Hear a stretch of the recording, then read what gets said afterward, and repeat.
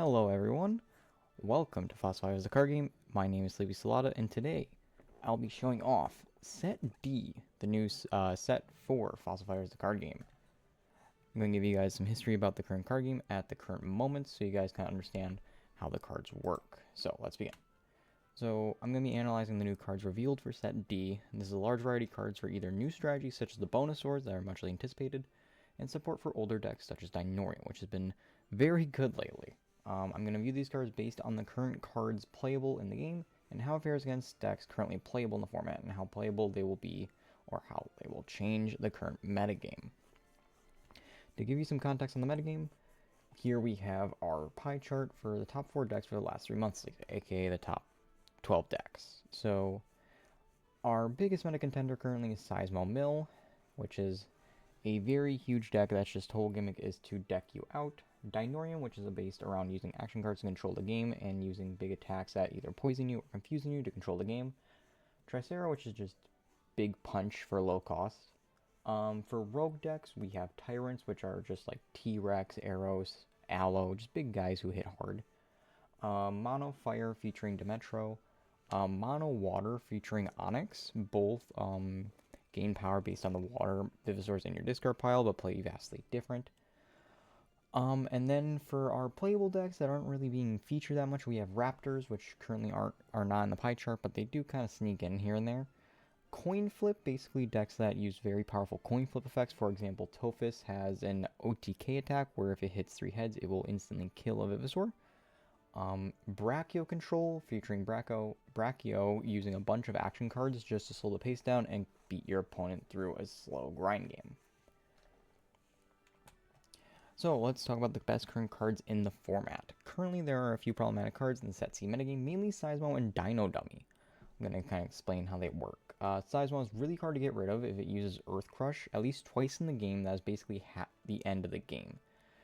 In the card game, you have a 30 card deck. Seismo with Earth Crush, for paying 7 FP, you are discarding the top 7 cards of your opponent's deck. If you do that twice, you're getting rid of virtually half their deck in a game. If you do it one more time, you're basically winning the game. On top of that, pair it with Seismo's huge 700 LP and auto LP recovery ability, and it is kind of just impossible to remove even if you use Fire Vivisaurs. Secondly, we have Dino Dummy, which is kind of just annoying to deal with as it takes up a valuable Vivisaur zone with a 50 LP blob. Basically, kind of just give it to your opponent in one of their zones, and if they don't have a way to get rid of it, they are now down to just only using 2 Vivisaurs that actually matter instead of 3 that can help get rid of the Seismo. This, as I mentioned earlier, this restricts decks from having 3 Vivisaurs to basically only 2, and sometimes if your opponent's lucky enough, only just 1 Vivisaur. So, let's talk about the new deck types in Set D and see how they may fare in this metagame. Set D features 3 new deck types in the set that each have very different playstyles. We have Boneysaurs, which are the undead Vivisaurs featured in Fossil Fighters Champions, that put themselves in that FP zone when they are discarded and given an additional effect afterwards. So for example, if your opponent would discard them off the Seismo mentioned earlier, they will trigger their abilities. Squeeze! The tiny little chickens, originally from Fossil Fighters, these small chicken Vivisaurs bounce between each other to apply status effects and deal big damage. Each Squi will apply a different status like Poison, Scare, Excite when being played, and they can return themselves back in the hand in order to play a new one. Next is BB Bandits, our fun little trio from the original game. Action cards that slow your opponent down to a crawl and win from sabotaging your opponent's plays, mainly focusing around BB base, which you guys see. We will explain this card later on. We also have new support for decks such as Dinaurians with Dynal DR, Tyrants with T-Rex Lord, and Tricera, which we'll be showing off soon. So, let's begin right into the card pool. We are going to be going in numerical order with the cards, so some themes may be broken up a little bit. So let's begin with Dynal DR. I'm going to try going through these a little quick as there are 50 cards in the set. Dynal DR adds an interesting dynamic to the Dinaurian deck as it allows you to play face down FP without using any cards. Dinaurian's whole game plan is revolving around face down cards in order to gain benefits. Dynal DR also allows you to spend your opponent's face down FP, meaning if your left FP if your opponent has no FP used, you can use it for your own attack skills and action cards at the expense of your opponent. So if your opponent doesn't spend any of their face down FP, you can just play like wrapped in to attack using 3 of their FP to deal damage, which is really powerful because you're not using any of your resources, you're using your opponents that they left behind. Though, with this very strong ability, Dinaurian has a really big downside as you can't play it right away. You can't play as a starter and you can't just play from your hand due to the first line of text in its Dinaurian royalty ability, saying it cannot be played except by an effect. A way you can do that is with its charge effect up here, where it says if Dinaurian is in your discard pile, you can pay 3 FP to play this Vivsaur. So if you use this card to pay for the cost, for example, of an attack of a Dinaurian, you have Dinaurian in your discard, you can just pay 3 more FP, and this guy just drops from the discard pile. And then his ability activates. Well, it doesn't activate, but it's there. And that's a new dynamic to the deck that allows it to naturally generate FP face down, which the deck was not able to do normally because you would have to use cards like Original Dynal, Demoniton, and Mothership. But now you can just do it without using any cards. So your opponent can't just stop those plays, and you are able to just freely play. But it does come with a large investment to do so, which hinders its playability when Seismo can just mill it, or you're in a Dinaurian mirror match and they can just stop it. I give it a 6 out of 10 because once it hits the board, it's just really strong, but it is really hard to get on the board. Alright, let's begin with Guan. Guan has a really cool ability of Tyrant to be, which if another Tyranno Vivisaur uses an attack skill, for example T-Rex, you can rest him, and that attack skill of that T-Rex will deal double damage. So this helps with Tyrants' game plan where it's just big punch makes it even bigger punch. It also has a very interesting charge effect where you can target a Vivisaur you control, deal 50 damage to it, and then you can recharge a fire from your discard pile that isn't Guan. So for example, say you have Demetro right here who's affected, it takes damage, you can discard a fire and charge a new FP. If you pair that with Guan, you can have Guan damage the Demetro, recharge a fire, then Demetro activates, discarding a fire, and charge another FP. So by using Guan, you basically got 2 FP out of that exchange, which is really good. Also because of T-Rex, where T-Rex's ability, where if he takes damage, he reduces his FP cost by 1. So you can use Tyrant's Roar for 2 costs instead of 3. With all these upsides, he does kind of have the lack ability to kind of hold his own. Granted, he has the skill Great Unmasking to turn himself into a T-Rex if he's threatened to be KO'd at low HP. But it's just not enough to kind of play by himself. He's kind of more of a support card. So 7 out of 10. He does his job well, but there are some issues. Next is Seismo. Not Seismo, Seismo. Seismo is a huge attacking Vivisaur whose whole shtick is that it deals more damage for each fire in your discard. Plus 20, actually. But if it's attacking an excited Vivisaur, it deals 30 plus instead. Seismo can do this by himself with Sizzling Breath, just a guaranteed applying Excite, so you can enable it just by itself. So it is able to hit really hard, and with Fire's whole gimmick being get rid of a bunch of your Fire Vivisaurs, you are able to pump this up to huge damage. But a problem with that is that it's going to take some time for Seismo to actually deal really huge damage, because you are relying on more Fire Vivisaurs being in your discard pile. And its HP is kind of middling at 440, where your bigger guys are like 500, 550, even 600. So an opponent using a Lasmo or Futabi can just straight up hurt this thing and defeat it in like 2-3 attacks. So if you play it on the late game, it is really strong, but from the beginning, it's not that good. Dekello. Alright, so Dekello is one of our new invertebrate Vivisaurs that are going to be making it with Radox from set C. Dekello has the interesting ability of Quicken Plus, where it comes into play and gives all invertebrates Quicken, meaning your opponent has to flip a coin in order to hit it. But what's interesting is that invertebrates with Quicken get 2 turns of Quicken instead of 1, so it's going to take double the turns in order to try to kill it. Granted, Dekello has really low HP, but the Quicken helps supplement this, so it can survive potentially 3 turns. And it has a very interesting Dekello attack, where for free, you deal 40 damage to the target, and then you deal 40 damage to anything that isn't that. What's nice is that you can actually do it to your own Vivisaurs to trigger abilities, for example, like Demetro.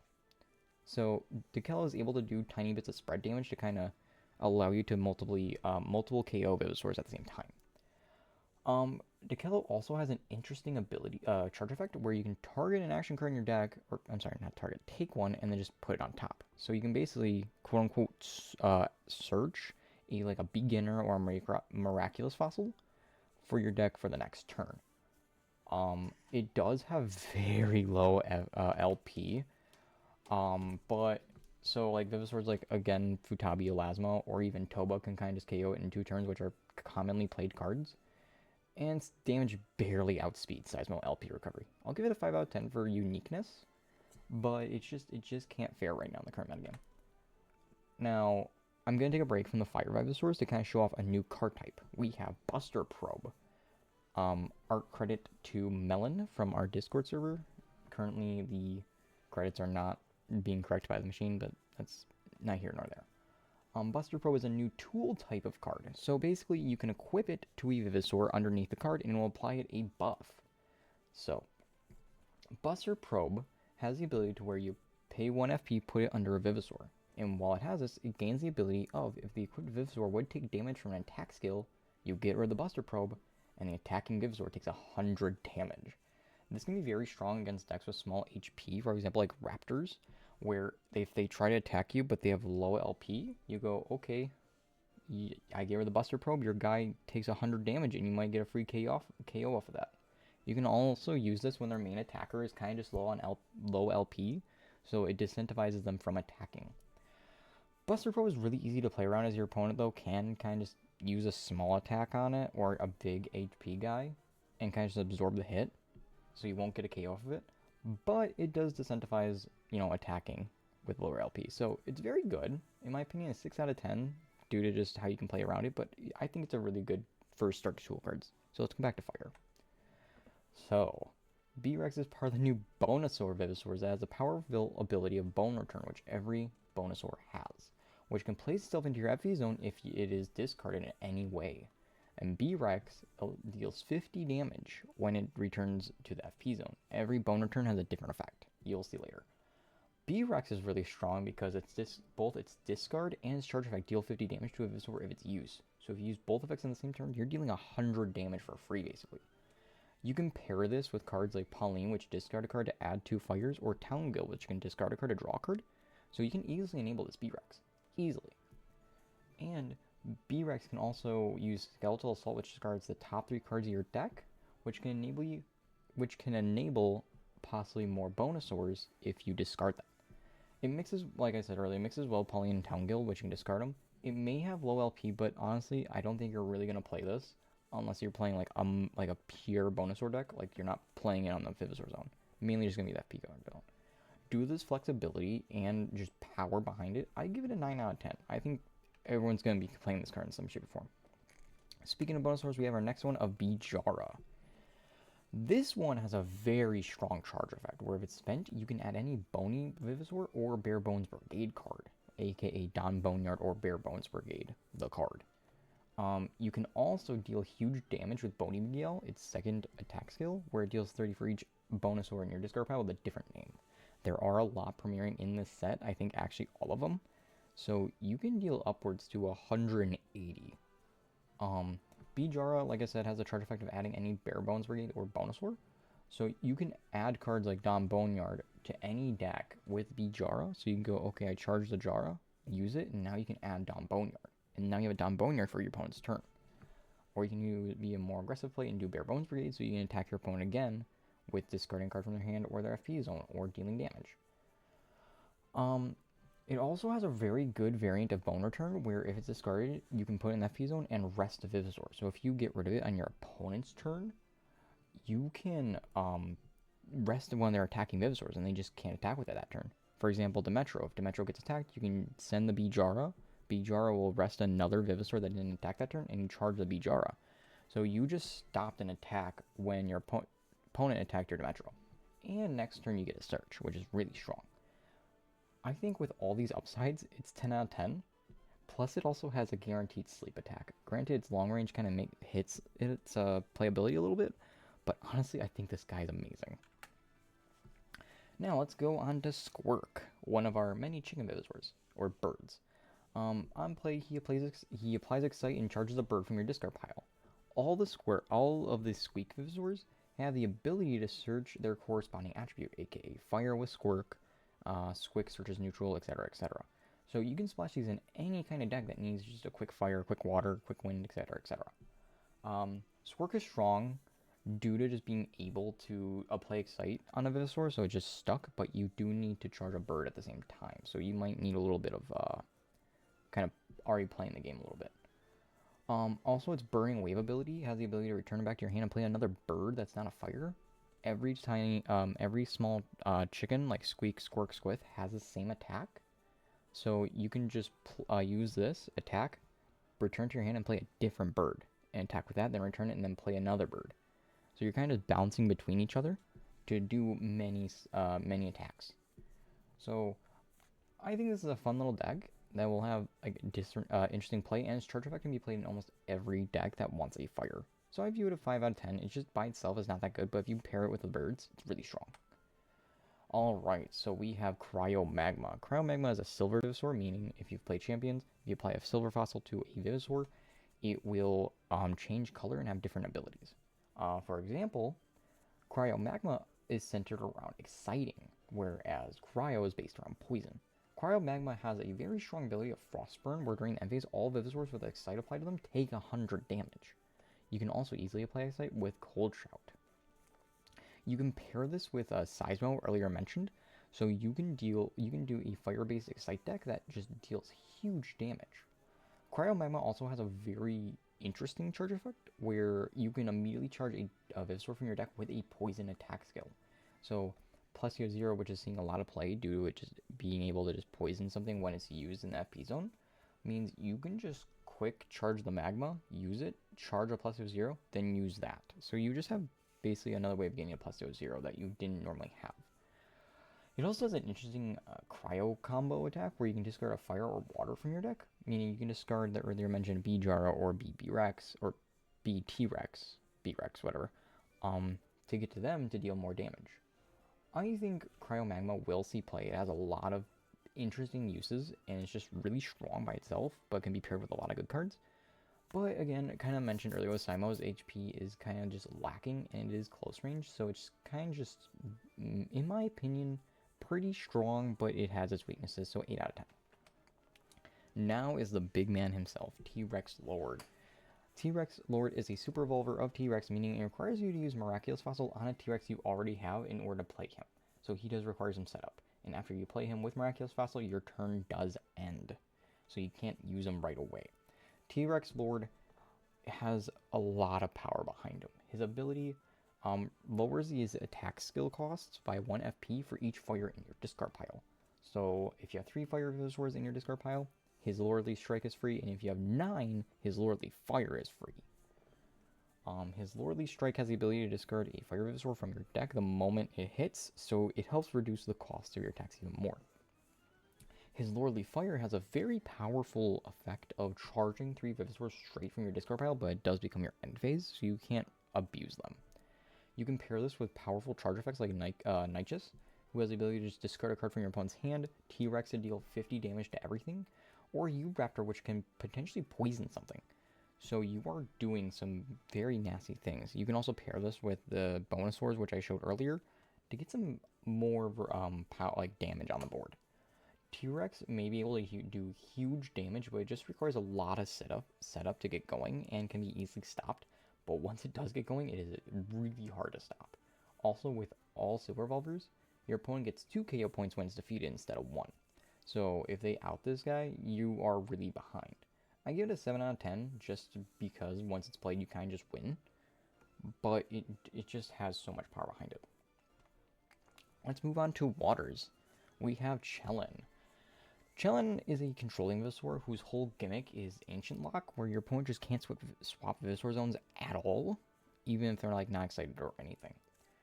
And you can apply Scare, so you lock out their attacks too. Its charge effect also has the same exact effect where rested Venusaurs can't swap Venusaur zones, so your opponent has to swap before attacking, so they can't just go attack something, swap, attack another guy.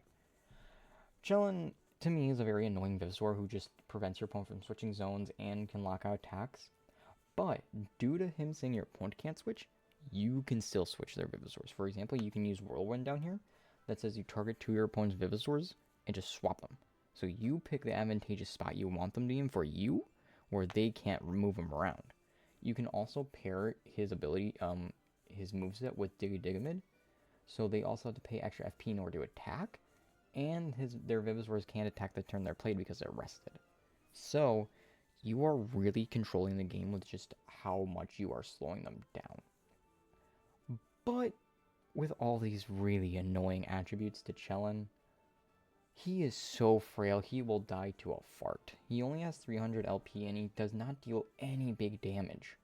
So it's going to take you a while in order to win the game, and eventually your opponent might just find a way to just find a card that can get rid of him. For example, they can just use cards that deal damage to him, play Slumber, which will turn off his ability. So there are just easy ways to deal with him, even though he is so annoying. And his scare is reliant on a coin flip in order to apply it, and a coin flip to get rid of the attack skill you are worried about. In my opinion, he is outclassed by a lot of water Vivisaurs like Futabi, who just deals burn damage. So I rate him a 3 out of 10. Interesting card, just not that strong. Next one is Mammoth. Mammoth, I'm honestly excited for.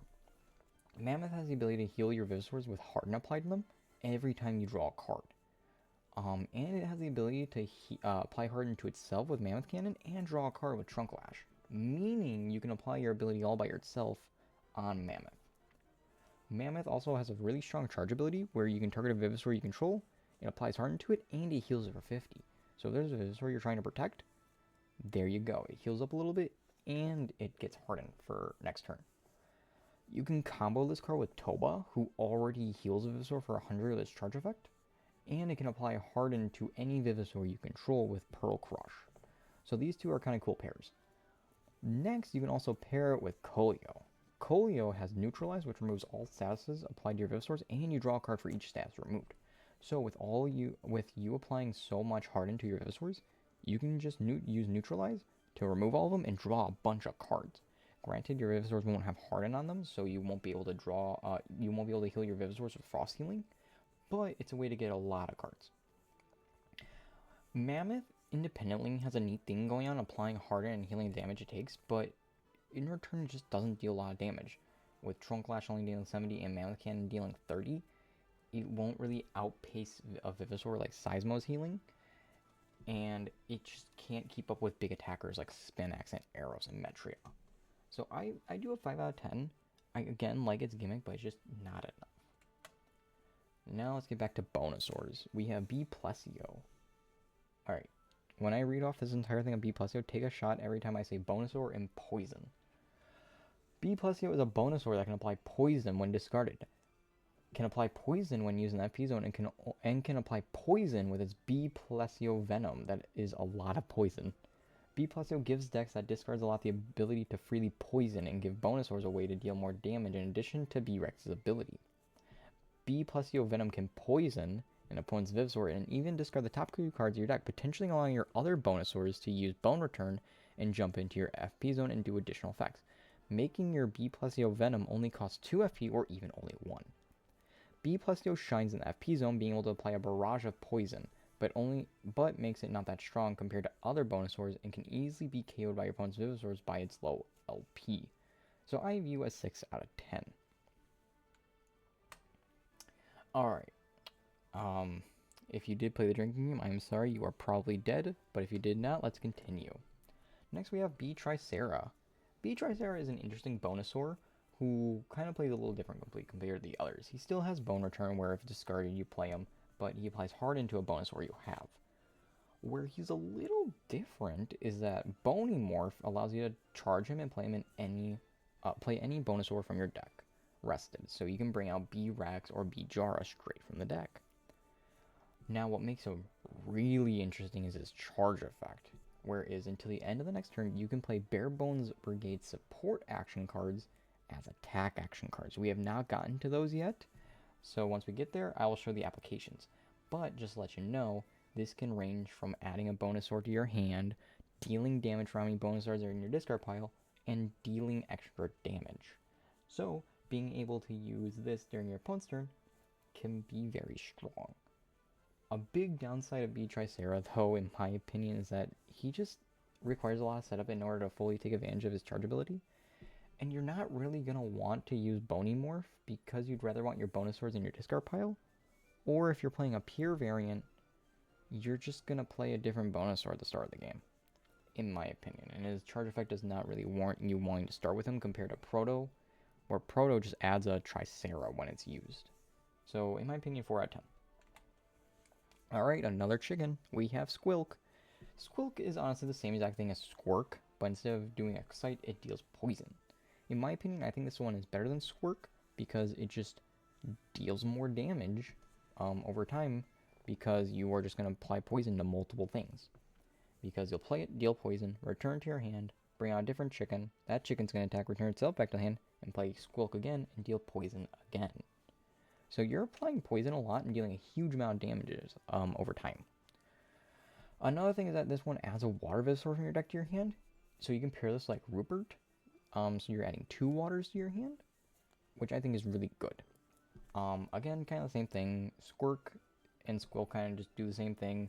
Not really strong by themselves. Squilk, though, does have Poison, which I think makes it a little better, but Squirk controls the board, and you're able to just add water generically with his charge effect. So, 4 out of 10. Alright, we have Argento Aqua, which is another silvered or altered Venusaur that is very simple when you read it, but can be very powerful when paired with other cards. In all honesty, his whole card is just 3 lines of text. His ability surfacing is every time he unrests, you draw a card. Now you may think, oh, this is just not that bad. Every turn you're drawing a card with him because after you draw a card for your draw phase, you go to your charge phase and everything unrests. So you're guaranteed drawing a card. That, though, is where you can kind of do some crazy stuff with him. For example, you can pair it with Shanshan, where Shanshan has the ability to unrest a Venusaur when it's used. So you can unrest it again and draw another card. Or if you have multiple Argento Aquas, you're drawing 2 cards a turn. Even 3 if you have 3 of them. So that's very good. Also, his Mountain Buster has the ability to charge any water Venusaur from your deck. Now you may think, wow, that sounds really good. What are some good targets? Mammoth, we talked about earlier, is able to apply Harden and heal 50 damage, making Argento Aqua a little harder to beat. Or if you just need straight healing, Toba to heal 100 is really good. Or you can do Squilk, which we showed just earlier, to search any water Venusaur from your deck.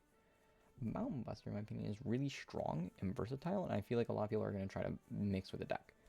Now, his FP charge effect of having 2 FP worth but discarding your entire hand in return is a little bad, but I think you can really pair this with Boneysaurs to get some huge advantage out of it.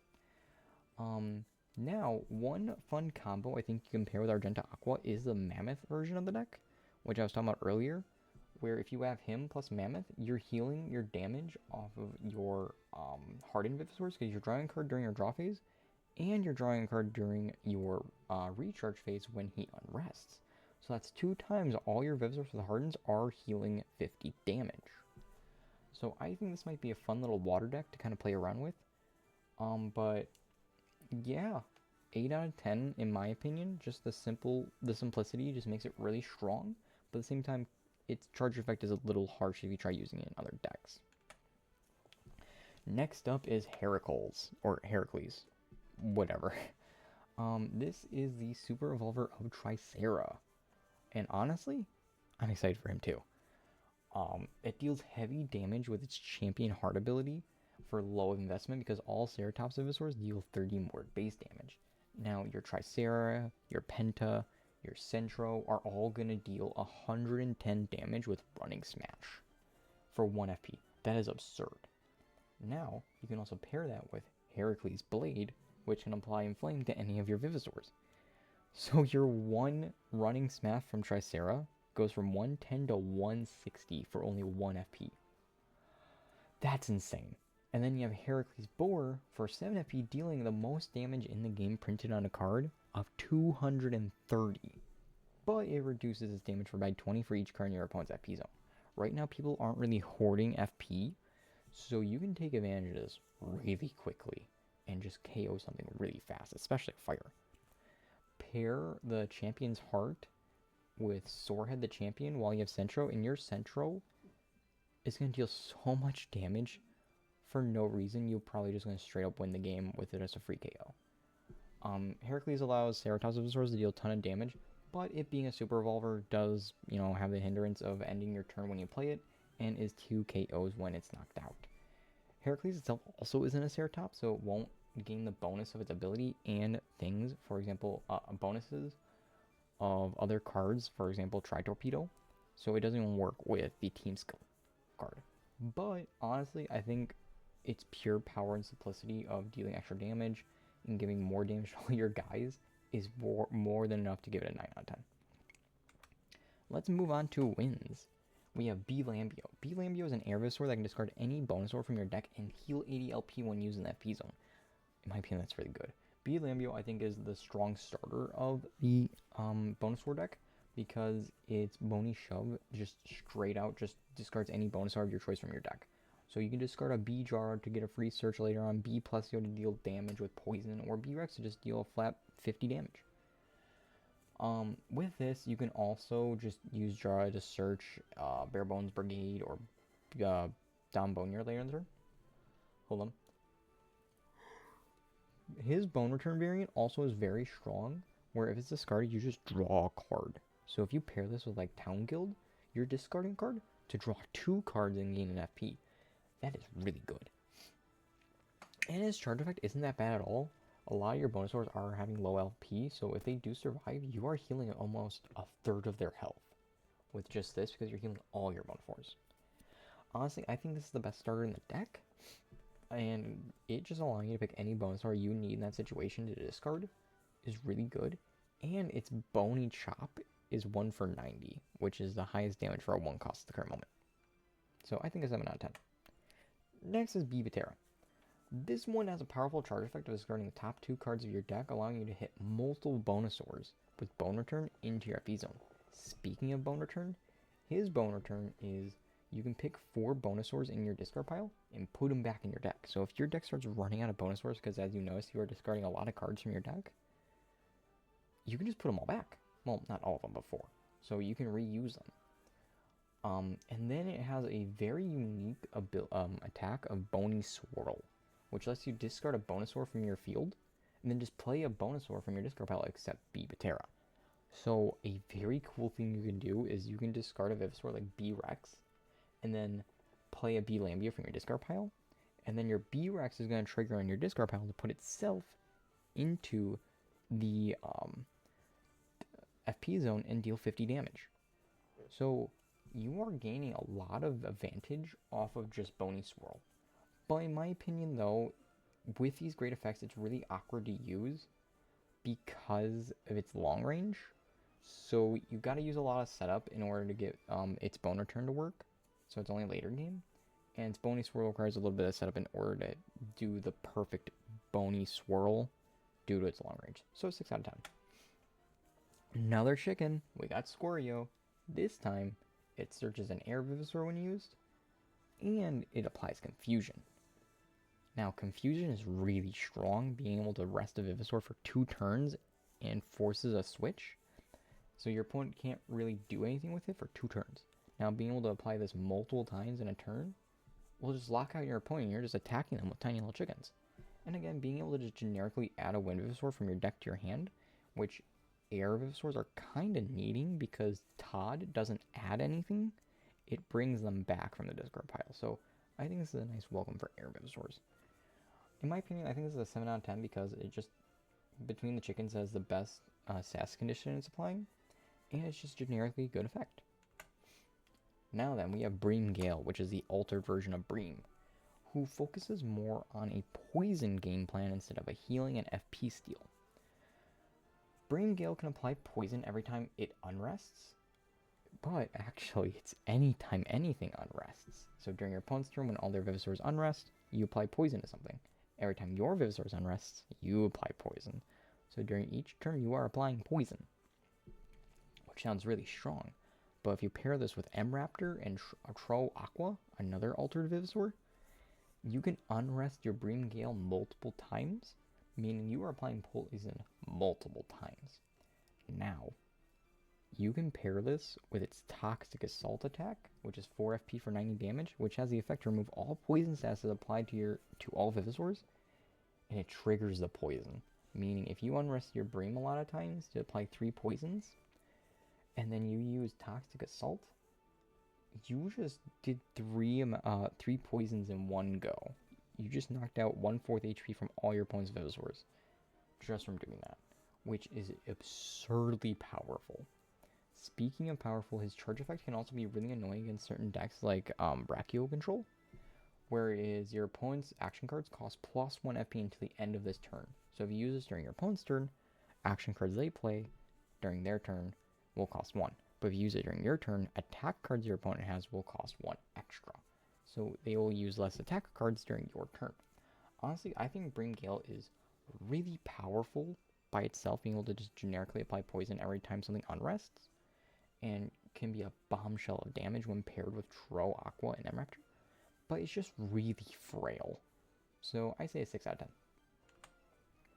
Next is the last Super Evolver of set D, being Giga Spinax. Giga Spinax shines with his ability of Thorned Fortress, where every time it takes any kind of damage, you apply Harden to it, and make a Venusaur your opponent controls lose 80 LP, your choice. Now what makes this very unique is that it's not dealing damage, it's making them lose LP, so you're not triggering abilities like Demetro or T-Rex, because they're just losing LP instead of taking damage. You can pair this with an arena card we will be showing off later of Mount Lava Flow, where every time a Venusaur is played or uses an attack skill, it takes 50 damage. So your Thorn Fortress is going to trigger again, reapplying the Harden and dealing 80 damage to something. It also has Spinax Mega, which discards the top 2 cards of your opponent's deck, so you can slowly whittle out your opponent. And Spinax Terra applies Harden to all your Venusaurs and makes all your opponent's Venusaurs lose 40, which doesn't seem like much, but you're just making your Venusaurs harder to kill while you're slowly whittling down theirs. In my opinion, I think Giga Spinax is going to be the strongest Super Evolver out of everything, but its lower LP for a Super Evolver is going to be a little tough to work with, though it is very defensive due to Thorn Fortress, and you can pair it with really strong cards to help it survive longer. Nope. Next up are Earth Venusaurs. We're starting off with Tirada. Tirada is another invertebrate who makes all your invertebrates deal more damage for each invertebrate in your discard pile. And Tirada has very strong attack skills. For 0 FP, you can draw a card and deal 40 damage. And for 1 FP, you can charge a invertebrate straight from your deck. So you can charge the Dekello mentioned earlier, which can put an action card on top of your deck. Or you can use Radox, who can apply counter to any Venusaur, which is, I think, really good. It pairs well with your other invertebrates because he's going to gain the bonuses of Counter Plus and Quicken Plus from Dekello and Radox, respectively. And Tedera can also add any invertebrate when you use it in your FP zone. With these being said, though, Tedera doesn't fix any issues the deck has and will die to a single spark of a fire touching its shell. It could potentially be very good if invertebrates get really strong support because it can search any invertebrate and it can charge any invertebrate. But by himself, he just isn't enough to have the strategy. 4 out of 10. Next is Squirth. Squirth is the Earth variant of the chickens, and he applies Sleep, meaning they can't attack, they are rested, and they can't use their abilities, but it only lasts for 1 turn. Squirth also is the one who adds an Earth Venusaur from the deck to the hand when used. I think it is really good, but you already have Joe Wild West, which is the best elemental searcher, because it can recharge an Earth from the discard pile. So Earth isn't needing any strong adders, but being able to apply Sleep multiple times is absurdly powerful. I rate this an 8 out of 10 just because of the Sleep ability, but looking back, I think Scorio was better. Next is Brachio-Geo. Brachio-Geo has a unique gimmick of playing around with arena cards. For example, its ability Terraforming is once per turn if any attack skill is used, you can activate an arena card straight from your deck with a different name than one in your discard pile. So you can play Dig-a-Mid straight from your deck after you used your attacks to say, hey, now your Venusaurs have to pay 1 extra in order to use attack skills. But if your opponent starts attacking you during their turn, you can play Secret Island, which can let you draw a card every time your opponent attacks your Venusaurs, which is very versatile because you can also use it to play arena cards that you need to get your strategy going. For example, if you really wanted to, you can activate Fossil Stadium during your turn to reduce the cost of your attack skills. Sorry. Secondly, Mountain Wave has a very neat stunning effect where if it hits a Vivisaur, that Vivisaur that was rested doesn't rest during the charge phase. So if it's already rested, it's just stuck there. Earth Crush is a whopping 8 FP for 140, but it reduces its cost by 2 for each arena action card in your discard pile with a different name. So the more arena cards you play, the lower the cost. Another strong arena card you can play with Brachio Geo is you can immediately play Town Guild, and after Town Guild and Vivisaur Town, and their abilities are when they're sent to the discard pile, you gain 1 FP. So after you initially play one of those, during the next turn, you can just play a different one on top of them and gain an FP. With all this cool flexibility aside, it does require your deck to be built very weirdly to have a lot of arena cards that need to be discarded later on. Otherwise, you're not getting the most out of Brachio Geo. I'm giving it a 7 out of 10 due to the unique playstyle it has. Alright, next we have Caveman Diggins?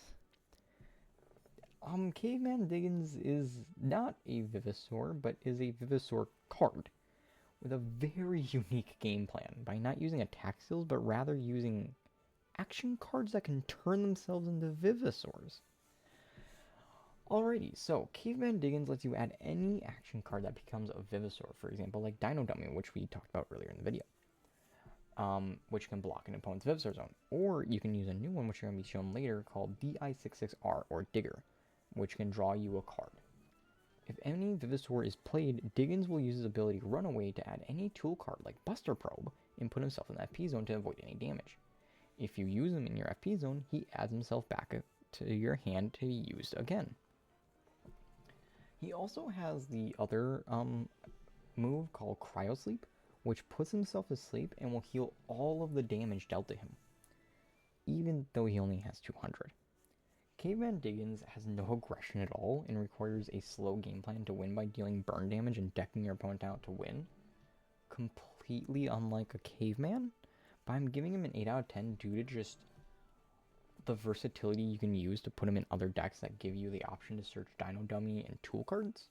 So I think Caveman Diggins is a really good card, just needs to find a home. So 8 out of 10. Next is B-Brachio. B-Brachio is the neutral Boneysaur that gives Boneysaurs the ability to add back any Boneysaur or Bare Bones Brigade card like Dom Boneyard to use again.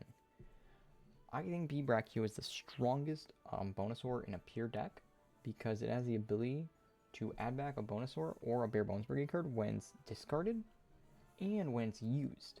So you're adding back 2 cards with its strong ability, and you can use this to add back the Bare Bones Brigade or Dom Boneyard. It also has Bony Crush as an attack, allowing you to add any Bare Bones Brigade card to your hand. So you can search, again, the Bare Bones Brigade or Dom Boneyard to use on your opponent. It also has the most LP of any Boneysaur, and it has no weakness due to it being a neutral. Though it is long range, so it's really hard to kind of trigger the Bony Crush. But I think it has the strongest ability and charge effect in the late game. So I think B-Brachio is a solid 10 out of 10 card in the set. Next is Spinax Zero. Spinax Zero is the altered version of Spinax, and in all honesty, it has no similarities compared to its counterpart due to attack skills, effects, or ability. Let me explain why. So his charge effect, first off, just says shuffle it into your deck. That is it. You use it for 1 to shuffle it back in your deck. Pretty okay. It also has the ability of Twisted Reality, which is after this Vivisaur uses an attack skill, you take an action card from your deck and attach it to him as a tool card with no effect. So you can take action cards like Beginner or Dino straight from your deck and put it underneath him with no effect. Meaning also if you put tool cards like Buster Probe underneath him, it won't have an effect because Spinax Zero says it has no effect. It also has a move, Altered Combo, which says you can add one of the action cards attached to him to your hand. So that Beginner you used, that you attached under him earlier, you can just now add it to your hand. Same with Dino or any other strong like attack cards like Unexpected Encounter, which can stop any action card, attack, or charge.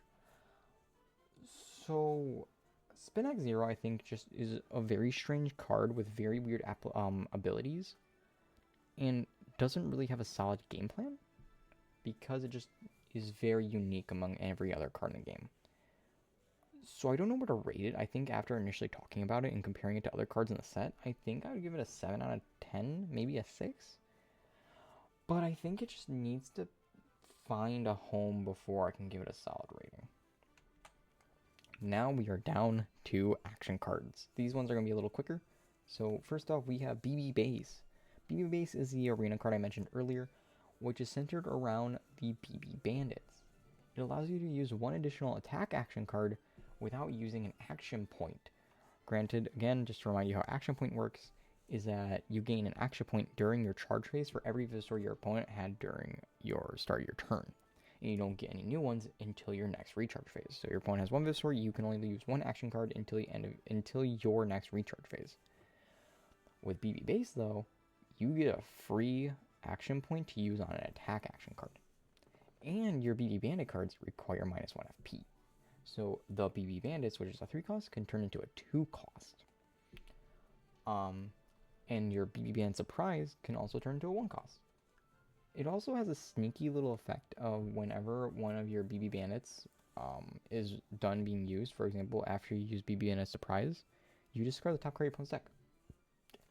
I think BB Bandits can just snowball your opponent by allowing you to use a lot of attack action cards, discarding the top card of your opponent's decks, and you're reducing your FP costs of your Bandit cards. But you kind of need the cards in order to properly use it. And I think it needs a little bit of setup, because if you just have BB Base, you're not doing anything. It just relies on other BB Bandit cards. Where your BB Bandit cards by themselves are really good. By themselves, you need Base with other cards in order for Base to work well. And you kind of need to time your action cards compared to just firing them willy-nilly. So a 7 out of 10. I forgot to change the text up here, but this is the Bare Bones Brigade Base. This is an arena card that makes your Boneysaurs take 30 less damage from attack skills and gives your Bone Return the additional effect of dealing 20 damage after it is done being used. And it has a very cool effect of, if it's discarded, you can play it without paying its FP cost. So if you discard it, for example, with B. Patera's Charge Effect or Skeletal Assault from B-Rex, or even discarding it off a Town Guild, it just plays itself, and now you have a card that reduces the damage of your Boneysaurs and deals little extra damage every time Bone Return triggers, which is honestly a lot. Like, a lot. I think the base, though, allows the deck to work as a pure strategy, but it's really rough to work because it's a 5 FP cost. You can play cards to get around it, to get, like, discard it, but if you just don't have them right away, this card kind of just sits in your hand, and you're definitely not paying 5 FP to play it. So, I think it's really strong. You just need to find a way to play it right away, where it kind of has a hard time being played right away. So, 7 out of 10. Next is Fossil Dig CEO. I think this card has the shortest text right now in this set of just play a Venusaur from your hand. So you're probably thinking, okay, I can already play a Venusaur from your hand during each turn. What's the big whoop? Well, instead of only having 2 Venusaurs at the start of your turn, you can now go right to 3, which is strong. And this also fixes the issue with Dynal DR, who said he can only be played by an effect. Well, Fossil Dig CEO lets you play Dynal DR by an effect, so you don't need to jump through all the hoops in order to play Dynal DR, where now you can just play him straight from your hand. Though this doesn't fix the issue of Super Evolver Venusaurs, because they require Miraculous Fossil to be played, so don't try any weird stuff like that. You can also combo this with Tro Aqua, where your Raptors need all your Raptors in order to start your crazy combos, so this can do it quicker. Fossil Dig CEO, even though it's simple and can be used in many things, I think just gets weaker as the game progresses, because you're just going to have your field full of Venusaurs, and you're never going to really need to play 2 Venusaurs in a turn when you get to the late game. So I think it's really strong at the start, but it just gets weaker as the game progresses, so a 6 out of 10. Next is Mr. Richmond. Mr. Richmond is another simple action card that lets you add any card from your deck to your hand. But one of your Venusaurs has to be KO'd the turn after. So Mr. Richmond, as I said, has a very powerful effect to add any card from your deck, but you need to play it the turn after one of your Vivisaurs is KO'd. So you can't just play it to search any card. You need to wait for one of your Vivisaurs to just die, and then you play it the next turn. So if your opponent KOs one of your Vivisaurs, and you have it in your hand, you can just go, okay, my turn, I draw. I play Mr. Richmond, search any card I need. Which is really strong, and you can pair it with cards like Demoniton, who has the effect of reducing its LP by 100 for each, then play a face down card for each 100. So you can just pay 500 life, which is all of its life, charge 5 cards, and it KOs itself. So you can go, okay, during your next turn, I'm just going to use Mr. Richmond and search a card, which is really powerful. You can also pair this with a strategy with Treasure Lake, because Treasure Lake also has the ability of adding a Vivisaur to adding any card from your discard pile to your hand if one of your Vivisaurs is defeated. So you can even go Treasure Lake, add back a Mr. Richmond during your opponent's turn, and you just play the Mr. Richmond, which I think is pretty cool. In my opinion, though, it is really strong when it goes off, but it's just needing it to go off is a lot of setup, and you only are going to have like 2 times this is going to work, because your opponent needs 3 KOs to win the game, and this works off of KOs. So, sure, you can use it. It's very good. It's just going to seldom come up, and you're already going to need it in your hand when that moment happens, or that you're going to need to draw it. So if your turn passes, and you don't have it, and then you draw it for the turn after, and then you guys got KO'd, it just sits in your hand. So I think a 5 out of 10. Rockin' Billy. Rockin' Billy allows you to remove your opponent's hand and let them draw 3 cards, but -1 card for each KO point they have. So the longer the game goes, the stronger this card is. Meaning, if you just play this right away, you're just cycling your opponent's hand away to just make them draw 3 cards. So you can play this at the start of the game and have them go from 4 cards to 3 cards. But if your opponent's already got 2 KOs, you can get rid of their whole hand and make them only draw 1 card, which is very strong and will force your opponent to play cards like Dom Boneyard or Unexpected Encounter so they can keep their hand. And like I said earlier, you can use it to kind of decrease your opponent's starting hand from 4 to 3, which doesn't seem that good, but can be really nice and simple like decks that don't really care about using action cards, because your game will have a card in their hand. Rockin' Billy is another simple action card with a niche use, but it isn't spectacular or anything. It may see play in the future, or is dependent on the metagame, but for right now I don't see it being crazy strong, so 6 out of 10. Next is another tool card of Castillo Pipsqueak. This one, though, has the unique effect of if the equipped Vivisaur takes damage from an attack skill, you apply sleep to that attacking Vivisaur and you discard the Castillo Pipsqueak. So, if one of your Vivisaurs you need to make sure it doesn't get attacked a lot, you just apply the Pipsqueak to it, and now your opponent won't try to attack it because the guy who's attacking it is going to go to sleep. Which you can use on decks that really need a Vivisaur to stay alive, like Caveman Diggins, and there's also Alio and Poison decks. You can use this with just smaller Vivisaurs like Guara, who need to do FP stealing. So I think this card is very good. You can also use the mentioned Caveman Diggins to add it to your hand after you play a Vivisaur, to use the Castillo Pipsqueak on it. I think this card is going to be really strong as a defensive option. It only has a one-time use and does require 2 FP compared to only 1, but it'll make your opponent not want to attack your Vivisaur due to it turning it off that attacking Vivisaur for a full turn. So I give it an 8 out of 10. Next, let's get back to Bare Bones Brigade. We have the Bare Bones Brigade Goons. This card, I'm going to be real with you, is very strong. It allows you to charge any 2 Boneysaurs from your deck as long as they have different names from ones in your discard pile. So at the start of the game, this card's really strong because you can charge like a B-Jar and a B-Brachio, and then use them, and B-Jara can add any Boneysaur or Bare Bones Brigade, and then B-Brachio can add back your Bare Bone Brigade's Goons, and then use it again, but you can't charge it B-Jar or B-Brachio because they're already in discard pile. I think this card is just really strong also because it gives every deck the ability to play Boneysaurs, because you just play this to charge 2 of them, and now you have your whole deck going with Boneysaurs. And it just is really strong with a pure version because you're playing a lot of different Boneysaurs, so you're going to get more variety and more chances to use this card. Again, I think it's just really strong, but it will get weaker as the game progresses, but it allows decks to explore using Boneysaurs, which I think is a win. So 9 out of 10. Next is Bare Bones Brigade Captain Lola. Lola lets you discard the top card of your deck and add any Boneysaur from your deck to your hand afterwards. So you can trigger your abilities like B-Rex to deal 50 damage and you search a card. Or you can discard the top card of your deck like Bare Bones Brigade Base, search a Boneysaur, and then Base is activated without paying a cost. So I think this card is really good, and you can also kind of make Lola quote-unquote search any Boneysaur or Brigade card because you can search Bijara, charge the Bijara, and spend it, and Bijara lets you add any Boneysaur you might want afterwards, or any Brigade card. So Lola has that flexibility. Lola being flexible allows you to kind of add any Boneysaur, like I said I mentioned, or any Brigade card, but its simple effect isn't really necessary to the deck, as you would rather discard the Boneysaurs than add them in reality. But I think I saw this 7 out of 10. Next is Lester. Lester lets you discard the top card of your deck and deal 20 damage for each Boneysaur in your discard pile with a different name. Lester gets stronger as the game goes because you're filling your discard more and more with Boneysaurs. It can also be used in your opponent's turn with the Tricera we mentioned earlier. So during your opponent's turn, you can just deal your opponent like over 100 damage with Lester.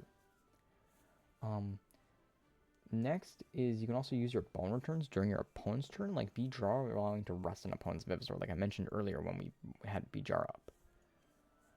Lester also kind of lets you just turn one kind of just set up a combo, because during your opponent's turn, during your turn, if you're turn 1, you can use it, discard a Boneysaur, deal a little bit of damage to your opponent, charge the Boneysaur you just used, and you kind of just have FP going. Lester is a decent card to start the game with, as I said, but strength comes as the game runs on. But it does allow the deck to do some power plays going second. So I think it's a solid 7 out of 10. Next is the final Bare Bones Brigade Captain Cole. Cole discards the top card of your deck and lets all of your Boneysaurs deal an additional 30 damage with attack skills for a turn. I think this card shines in a pure build because you're going to be attacking with B-Lambio and B-Rex. And dealing 30 extra damage can be really powerful because, as I mentioned, B-Lambio's Bony Chop is a 1 FP for 90, turns into a 1 FP for 120. Or B-Rex can deal 80 damage, then deal an additional 50 on top of that for 3 FP. This also potentially lets you discard a Boneysaur from the top of your deck to lower the cost of this card to potentially only 1 instead of 2. I think Cole helps the pure version of the deck with damage output, but the deck can already deal a lot of damage from effects, and B-Lambio pushing strong single damage. So I give this a 6 out of 10. Next up is the BB Bandits. We have Vivian. Vivian is an attack card with a 1 cost that discards card from your opponent's FP zone equal to the number of KOs your opponent has taken through that game. This card kind of just doesn't actually do anything at the beginning of the game, but it gets stronger as the game continues by discarding important cards from your opponent's FP zone for a cost of 1. So you can potentially discard 2 cards from your opponent's FP zone by only using 1 FP. You can pair this with Guara's ability to FP steal as your opponent uses attack skills, or Delafo's charge effect to reduce the FP your opponent gets, or discarding cards from your opponent's FP zone with its actual ability of Shady Deals. So you can just build a deck that just revolves around getting rid of your opponent's FP, which can be really nasty. Vivian has a strong strength as the game continues, but it has no use at the start of the game, so you're kind of just going to draw it and it's going to stay in your hand. But if you pair this with BB Base to fix this issue, and this card is still better, but still very weak for using an action point on it at the start of the game. I give it a 5 out of 10. Next is Sniffles. Sniffles is an attack action that makes any rested Vivazor stay rested for an extra turn. You can make a Vivazor your opponent has that's already rested not on rest during the next recharge phase. So you can pick a Vivazor that your opponent is trying to attack a lot with and just make it not attack during their next turn.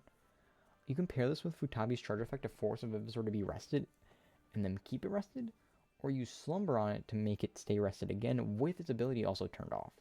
This helps slow the game down and give you enough time to build up your resources. Sniffles is all around a good card that's always going to be used, and I can honestly see being used in every deck, in every situation. It just works against a mechanic that all decks use, which is resting to use an attack skill. I think this card will be used in almost every single deck, so a 10 out of 10. Next is Rex. Rex is an attack action card that reduces all attack skill damage by 20 until the end of the next turn. It helps prolong the game by decreasing attack skill damage. Now, you may think minus 20 kind of just doesn't do anything, but if you pair this with Desplato, who already reduces damage by 30, so that's minus 50 on Desplato. Do this with Seismo, so you're healing more LP back because you're reducing damage, or pair this with Harden, like the Toba or Mammoth we talked about earlier, and that's a 9 to 70 damage. Um, I think that Rex is a good generic card that helps decks out, but its 20 damage isn't really that relevant due to the fact that it's just minus 20 and you'd rather use it in decks that just want to play a really, really slow game. Now we have our first and our only, what's it called? Our words Frontier card, which is Light 4WD. Light 4WD is an action card that can play itself as a Vivisaur with 150 LP and a neutral Vivisaur. Light 4WD plays itself as a Vivisaur, kind of like Dino Dummy, but you can only play it in your Vivisaur zone. It does not give your opponent KO point when it is defeated, and has the ability to discard a card and rest itself to deal 50 damage to a Vivisaur and heal 50 to another. This can help with decks like Boneysaurs, which can discard B-Rex to deal 50 damage to something and heal 50 to one of your guys, or use it with Giga Spanax to heal damage from Giga Spanax to keep it alive. I think Light 4WD is the strongest in a Caveman Diggins deck, but that promotes a slow-paced gameplay where, if placed in other decks, it can benefit as a small Vivisaur that helps heal and deal tiny damage for only one discard, which can be good in Boneysaurs. So 7 out of 10. Next is the earlier mentioned DI66R or Digger. This is an action card that can also play itself as a Vivisaur with 150 LP and as a neutral. If this card's defeated, your opponent doesn't get a gate point. Digger has the ability to pay 1 FP and rest itself to discard the top card of your opponent's deck and draw you a card. This card pairs amazingly with Caveman Diggins, as I'll just tell you a combo with it. With Diggins, you use its Machine Maker to add the DI66R. You will then play the Digger, then Diggins will use its ability to run away to place itself into the FP zone. You can add any tool card to your hand, maybe the Buster Probe. Then you can spend the Diggins with DI66R to draw a card and discard the top card of your opponent's deck. Then Diggins will trigger its FP effect to add itself back to your hand for you to play it again and use Machine Maker one more time. So with that little combo, you have DI66R, a Diggins, a tool card in your hand, and another Vivisaur action card, just from Diggins using Machine Maker. That is, honestly, I think really cool. DI66R is only usable, though, in a Caveman deck, and even then, it doesn't really do anything, because it can trigger your opponent's Boneysaurs, as we have seen, can have some very powerful effects when discarded. So I give it a 5 out of 10. Next is Scary Monster Machine. This is another action card that can play itself as a Vivisaur, but with 200 LP, and is actually an attack action card, so you can use it during your opponent's turn. What makes this card a little different than the other two attack action cards, or action card Vivisaurs, is that it can be played on your opponent's turn. It has a very strong defensive effect, which is your opponent can't use attack skills on your Vivisaurs except for this one. So if you have this out, your opponent can't hit any of your other Vivisaurs except for him. And if he is defeated, it deals 150 to all your opponent's Vivisaurs. This can help slower decks like Caveman Diggins play without risking them being KO'd in one turn. Or you can just pair this in like Raptors or anything that just needs something to survive for a little bit, just so they can combo. And this guy is just tanking the hits, and when it dies, you're dealing 150 to everything. You can also use Castillo Pipsqueak to force an opponent to be put to sleep, because your opponent can only attack the Scary Monster Machine. I think Scary Monster Machine is an extremely good card that can be played in many decks, but is using a valuable Vivisaur zone that can be used for redirecting attacks, but I think it might be very good. 8 out of 10. Next is VMM Cranial. This is an assist action card, meaning you can play multiple copies in a turn that deals 150 damage to a Fire Vivisaur you control to charge 3 FP. I do have a little tidbit of a wrong thing in here, which I will correct as I read this off. You can pair this card with T-Rex as a powerful combo, as you can gain 3 FP and give T-Rex a King counter with his ability of King's Rage, meaning it's going to lower its attack costs by 1. You can also pair this with Soptrex by using it once on the Sceptrex to gain 3 FP and deal 150 damage to it, so it'll go down to 90. You can then use Soptrex's Copycat ability to add back the Cranial and use it again on the same Soptrex to KO it and gain 3 FP, and place in your Soptrex in the FP zone. Your opponent would have a KO point, but in return you're gaining 7 FP and an action card search with a 2-card combo. That's really strong. This card will have lots of power in it that will make fire decks just have more firepower. I did mention that it doesn't work with Dimetro, but actually it does, because Dimetro says anytime it takes any kind of damage. So if you use this on Dimetro, you're gaining 4 FP and discarding a Fire Venusaur from your deck, and you can discard like a Bijara. So you're gaining a Search on top of gaining 4 FP. Granted, your Dimetro is going to be a little hurt, but I think gaining 5 FP is worth it. So I think, honestly, instead of a 6 out of 10, it's an 8 out of 10. Next is Mount Lava Flow, which I mentioned earlier. I won't go mega too in depth of it. It has the ability of, after a Venusaur is played or uses an attack skill, you deal 50 damage to that Venusaur. You can pair this with Futabi, who deals more burn damage every time your opponent uses spends FP. So you are dealing 20 damage for every time your opponent spends FP, and 50 damage every time they use an attack skill. You can also pair this with an Argento, who will gain you an FP if it's played, and then FP when it uses a Mountain Press.